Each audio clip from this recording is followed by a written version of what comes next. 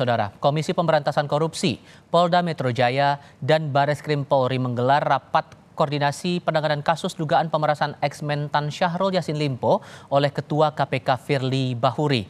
Rapat digelar dengan agenda koordinasi kepada gabungan anggota Polri di Gedung Merah Putih KPK Jakarta Selatan. Sejauh ini, Direktur Reserse Kriminal Khusus Polda Metro Jaya bilang tidak ada hambatan khusus terkait dengan penyidikan dugaan pemerasan Syahrul Yassin Limpo. Oleh karena itu, koordinasi antara Polri dan KPK ditingkatkan. Hingga saat ini 91 saksi telah diperiksa. Namun penyidik belum mengungkap tersangka dalam kasus pemerasan Syahrul Yassin Limpo ini.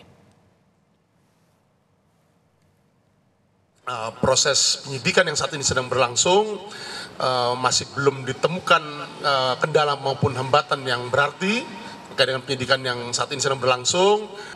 Fungsi koordinasinya. Jadi belum sampai ke tahap supervisinya, tapi penguatan fungsi koordinasinya. Terkait dengan apa? Terkait dengan dari Kedeputian Korsup KPK RI memberikan dukungan terkait dengan menukar informasi, yang kemudian terkait juga dengan transparansi dan perbantuan lainnya terkait dengan dukungan Kedeputian Korsup KPK RI terhadap penyidikan yang saat ini sedang dilakukan oleh penyidik gabungan di Ditreskrim Sus Polda Metro Jaya dan di Tipikor Bareskrim Polri. KPK mengaku mendukung penuh Polda Metro Jaya dan Bareskrim dalam pemberantasan tindak pidana korupsi, termasuk pertukaran informasi perkara dugaan pemerasan mantan Mentan Syahrul Yassin Limpo yang melibatkan Ketua KPK Firly Bahuri. Saat ditanya apakah ada kemungkinan KPK mengambil alih kasus dugaan pemerasan Syahrul, KPK menjawab akan mengoptimalkan koordinasi dengan Polri. KPK mengapresiasi penanganan perkara yang ditangani Polda Metro Jaya dan Bareskrim Mabes Polri. Melalui keterangan tertulis, Ketua KPK Firly Bahuri mengatakan, "Saya Firly Bahuri menyatakan tidak pernah ada kegiatan memeras, gratifikasi, dan suap." Lanjutnya, pada saat dilakukan penggeledahan di rumah Firly Bahuri tidak ditemukan benda sitaan terkait penanganan permasalahan hukum di Kementerian Pertanian RI pada 2020 hingga 2023. Sempat beberapa kali mangkir, Ketua KPK Firly Bahuri akhirnya memenuhi panggilan pemeriksaan penyidik Polda Metro Jaya untuk dugaan pemerasan terhadap ex-Mentan Syahrul Yassin Limpo. Walaupun kasus sudah naik ke tahap penyidikan, namun polisi belum juga menetapkan tersangka. Apa penyebabnya? Kami kupas hal ini bersama peneliti Pukat UGM Zainur Rohman. Mas Zainur, selamat sore, apa kabar? Selamat sore Bang, kabar baik. Terima kasih sudah bergabung bersama kami. Ini penyidikan statusnya sudah lama, tapi sampai sekarang belum ada tersangka. Analisis Anda?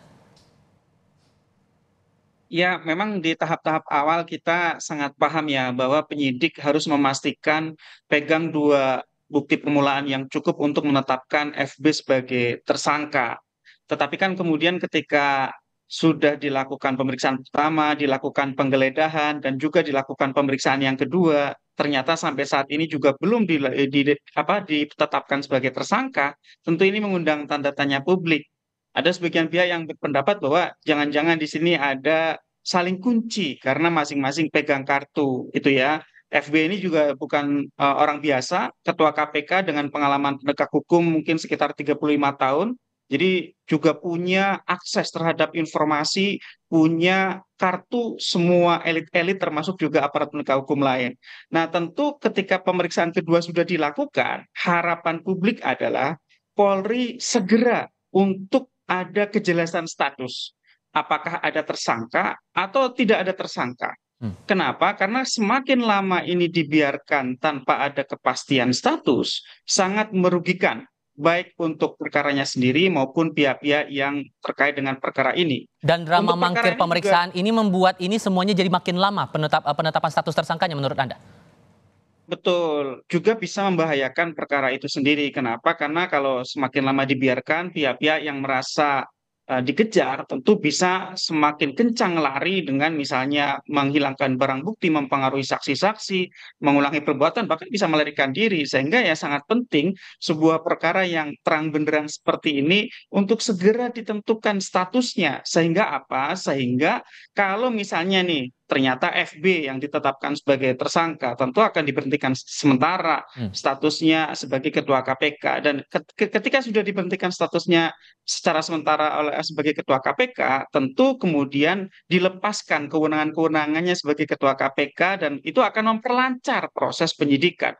Kalau masih berstatus sebagai ketua KPK, tentu dengan kewenangannya yang sangat besar, dengan informasinya juga yang sangat berharga, itu saya pikir juga bisa menjadi hambatan untuk proses penegakan hukum. Bisa saling kunci, bisa punya banyak kartu yang dimainkan. Dan ini bukan sesuatu yang sepele. Kenapa? Karena sudah 4 tahun menjabat sebagai ketua KPK, pasti banyak sekali informasi yang dimiliki. Dan dulunya juga seorang deputi penindakan di KPK. Jadi ini Bang, menurut saya sekarang publik menunggu ketegasan dari Polri setelah sekian lama melakukan pemeriksaan, bahkan ada hampir 100 saksi yang diperiksa, ada penggeledahan, ada penyitaan.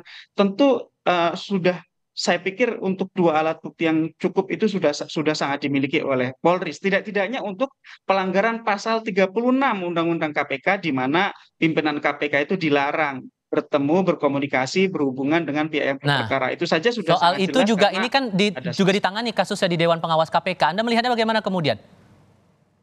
Ya, tentu Dewan Pengawas itu ada di ranah penegakan etik. Ya. Ya, kita berharap juga Dewan Pengawas untuk kali ini tunjukkan kinerja dan ketegasan, ya, zero tolerance terhadap bentuk-bentuk pelanggaran. Setidak-tidaknya untuk ketua KPK bertemu dengan pihak yang berperkara itu clear merupakan bentuk pelanggaran etik sekaligus pelanggaran pidana.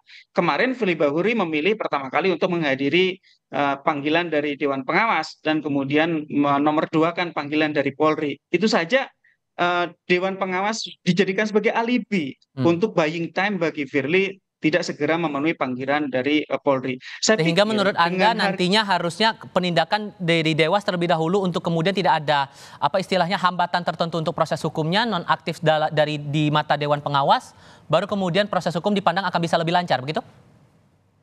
ya, kalau saya sih berharap langkah dari Polri dulu ya, yang segera gitu ya. Kenapa? Karena Dewas itu kan bisa menggunakan proses pidananya untuk menentukan statusnya gitu ya. Hmm. Tapi kalau Dewasnya dulu yang berjalan, Dewas tidak punya upaya paksa, tidak bisa memaksa, membawa paksa seseorang yang tidak menghadiri panggilan atau undangan, juga tidak bisa melakukan upaya paksa untuk menyita alat bukti, juga tidak ada upaya paksa untuk memanggil saksi-saksi dan seterusnya. Sehingga seharusnya Dewas bisa menggunakan proses pidana yang dijalankan oleh Polri untuk bahan untuk menentukan keputusan nanti di dalam sidang kode etik yang dijalankan oleh Dewas itu sendiri. Jadi kembali lagi Bang, sekarang sebenarnya semua pihak, Dewas, masyarakat luas, KPK, juga mungkin Firly Bahuri sendiri, itu sangat menanti keputusan dari Polri tentang statusnya. Ya. Apakah ditetapkan sebagai tersangka atau tidak? Apakah ada cukup alat bukti atau tidak? Jadi ini ditunggu oleh masyarakat karena